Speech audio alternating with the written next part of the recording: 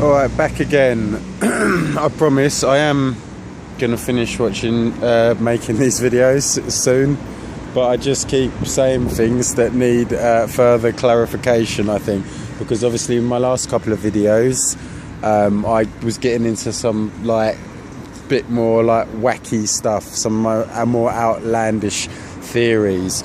You know, I really feel, because I'm trying to be as honest as possible in these videos. Excuse me. I'm trying to be as honest as possible in these videos. Although I'm not being entirely honest, I'm holding some stuff back because, as I mentioned before, you know, the public at large are not prepared for complex ideas, and I don't want to say that in a condescending manner or whatever. Although by nature, you know, my self-image lends itself towards condescension to others. You know, that's again just me trying to be honest. I've got some kind of ego problem that makes me think I'm always right and I know better than other people, and that is just a fact about me, and it's a fact about most people in my opinion. But anyway, so I've fucking forgotten what I'm even going to say, man. Yes, I'm trying to be on. Oh yes, I'm not, you know, I'm not belittling people. Obviously, you know, people are capable of comprehending complex ideas, but have been trained by modern media to not to accept them as easily as they should, as easily as they would if they just thought about them a bit more. And everybody, you know, has that capability. So yeah, don't misunderstand what I'm saying, but there's some of my opinions, you know, you're going to listen, you're going to think, what the fuck, you know? So it's just better that I don't say them, really, until I'm asked. If you ask me, I'll tell you anything. Honestly, this is like some of the big problems I've had in the past. People just don't ask you things. If they want to know something, ask, you know? It's my philosophy on life. But anyway, people don't do that. And so you ask me a question, but that's not going to happen because no one's watching these videos, unfortunately. But ask me a question and I will answer it. But as for now, it's better that I don't talk about certain subjects. But I've already possibly gone a little bit too far in the last couple of videos. What issue should I address first? I'll address, you know, the wackiest one. When I was talking about you know, reptilian conspiracy, Russell Brand as the Antichrist, these things as being possibilities, you know, I am literally just saying as possibilities because I think you've got to, you know, be aware that anything in life is possible, and what you've been kind of trained to believe is possible is, you know, not the full story at all. And you know, as more and more you go through your life, the more and more you learn, the more and more you experience, and you realise, you know, there's so much more going on in this universe, in this existence that we know nothing about. Oh, life on Mars, by the way. Well, signs of life on Mars. That is, I mean, I've got no doubt that there's life in the galaxy, other intelligent life. I mean, from mathematical probability point of view, it's ridiculous to believe that we're the only intelligent life forms, you know? Ridiculous. I'm not saying that ain't the case. It might be the case. It might be we might be the pinnacle of evolution in the universe that has reached this point of being able to kind of understand ourselves and describe ourselves. Not understand ourselves, but yes, describe ourselves, you know? We might be the pinnacle of evolution. That might be the case, but a mathematical probability says it's probably not.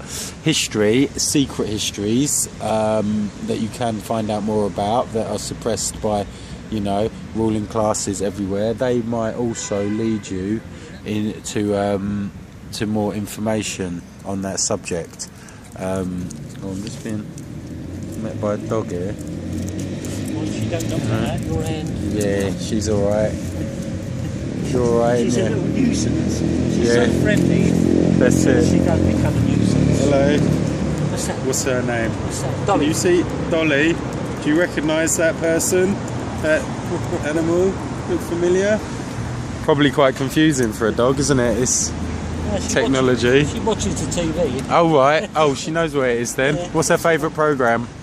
Animal Planet. Animal Planet, of course. Good luck, mate. Yeah, I love dogs. I was always a cat person, really, when I was growing up. But dogs are so kind of friendly and innocent. It's derailed my thought process, though. Naive, isn't they, dogs? Naive. Yeah. Oh, fucking hell. You see how simple-minded I am in some ways. This is another thing as well. I can't be totally honest. I can't tell you. You can probably guess, especially if you analyse my ideological stance. You can probably guess why I've got such short-term memory issues.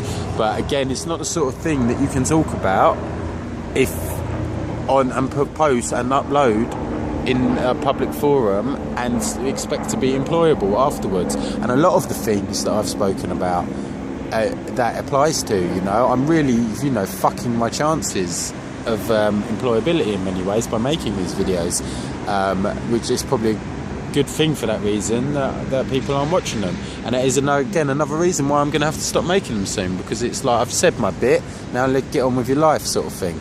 Anyway, so the bit I was saying, so all this crazy stuff, like, heaven, hell, aliens, whatever, all these things, I take a sort of perspective of like the 10th man point of view. Now, I don't know if that's a real thing, but if you've seen, apparently it's World War Z, the Brad Pitt film. I thought it was in 2012, the disaster movie, to be honest. My memory is telling me that I saw this in 2012. But somebody else said to me, no, it's World War Z that's in. Anyway, and they talk about the Israeli 10th man program, which basically means, when preparing for unforeseen circumstances, if something is so unlikely, 9 out of 10 will say, no, that's impossible, that's never going to happen, and they'll probably be correct. And the 1 in 10, that 10th man needs to prepare for the scenario that it is going to happen. So that's like the zombie apocalypse in the case of that film, or in the terms of my life, when I go to protest meetings and I think, I don't trust this guy or this woman, they seem a bit reptilian or they seem a bit alien, I got to entertain that's true, that might be true. I'm not saying it is, and I'm not saying I believe it, and really logically more says to me that I don't. But, that's because of the upbringing I've had that tells me certain things are impossible. When, as the older you get, you realise that's not true.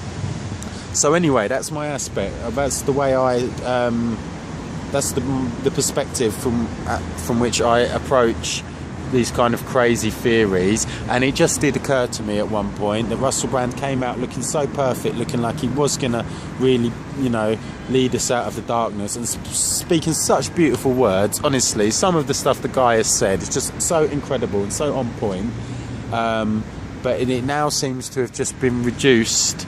He's got the Truths programme, and it's like, I can't even be bothered to watch that anymore. I mean, I say that I understand why you wouldn't watch my videos, and it's like, even now, I used to watch that every episode of the Truths, and now it's like, alright,